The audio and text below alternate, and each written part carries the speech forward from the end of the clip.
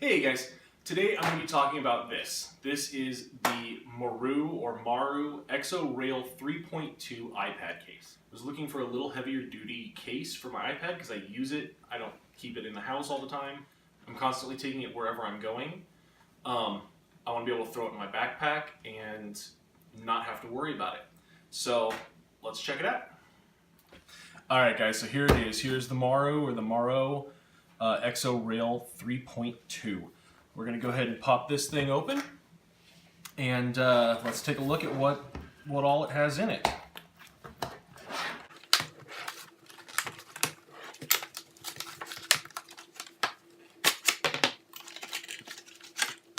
So there we go. This is everything that's included. You have a little box here. Let's see what's in it.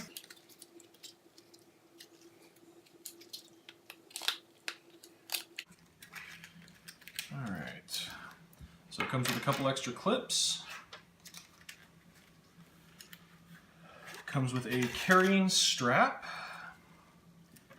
and some tools for putting it together, because that's one of the nice things about this particular product that I was drawn to, is it actually screws together. It's not just a clip. I've had more expensive cases before, but they all clip together, and I've had the clips break and actually have cracked my screens and destroyed my iPads because of that. So this was a big selling feature for me. So here we go, we have everything outside the box now. Just to give you a little bit of a size comparison between how big the case is versus how big the actual iPad is, let's move everything out of the way here. Here is the iPad versus the case. So you can see it's going to be quite a bit bigger. The biggest size difference is just the sheer thickness of it. You've got about 5/16 of an inch thickness on the iPad, where you have almost 7/8 or almost an entire inch thickness on the case itself. So it's going to add quite a bit of bulk, something to consider. Let's go ahead and take this thing apart, and we'll get everything in there. So to pull this apart, first of all, it does not have the screws already in it already. So you slide the top rail off, you slide the bottom rail off, and then it kind of gives you this little pry point right here. Let me see if I can show you right there. And you can kind of get your finger in there, pull it up, and then you just kind of walk around and you'll hear it unclip. Okay. And then they give you just the product demo page, which, you know, this thing is absolutely worthless. Couple stickers. Here's some just some information on it, a couple different languages, but we don't pay attention to any of that stuff. Okay. Further in the case, here's one of the really cool things that I like about this case also, is they give you a couple of different pads for inserting your iPad into it, and they're different thicknesses. One you have for your iPad Air, and one you have for your iPad Pro or regular iPad.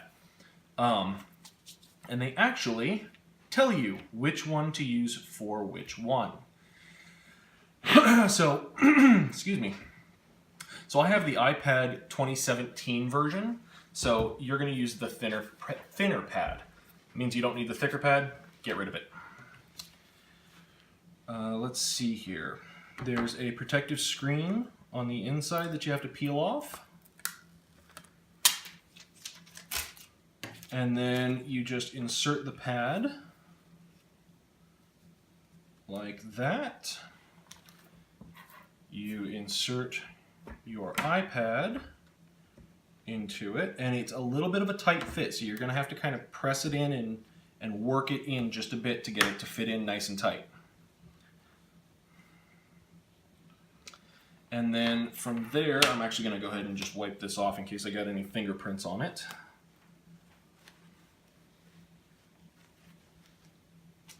And then from there, we take the actual screen protector. Oh, you know what? They put a plastic piece on the inside too. So let's go ahead and make sure we remove that one.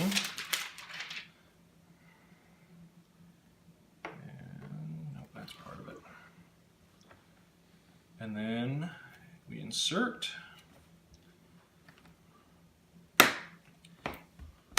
Work it around to clip it all into place.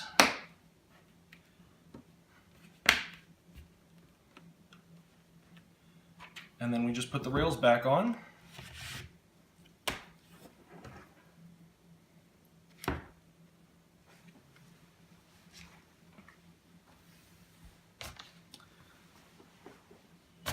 It's a little bit fidgety, but you get them on. And then you can go ahead and put your screws in. They give you a couple extra screws and the screwdriver to do it. Now, don't lose the screwdriver when you're opening the package, because these are not Phillips or flathead screws. They're Torx screws, so it requires a special screwdriver. So, you just put them in here. Tighten them on down.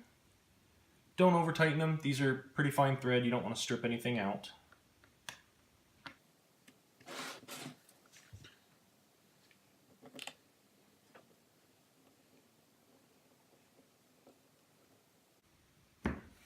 Okay, and as you can see, everything works nice and pretty.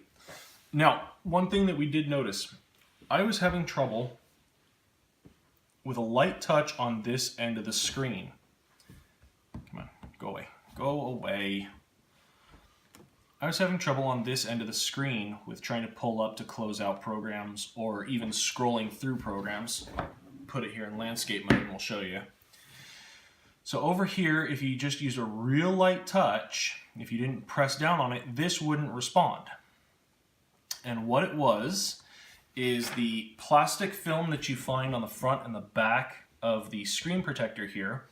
There was another little piece that actually covered the home button. If you don't remove that little plastic piece, it holds the screen protector up just enough that it won't actually register your touch on it. So, little tip, remove that. Other than that, you know, it feels nice, it feels heavy, it's bulky, but it feels secure. It does have a little kickstand on the back, so you can just prop it up and it'll hold itself nicely.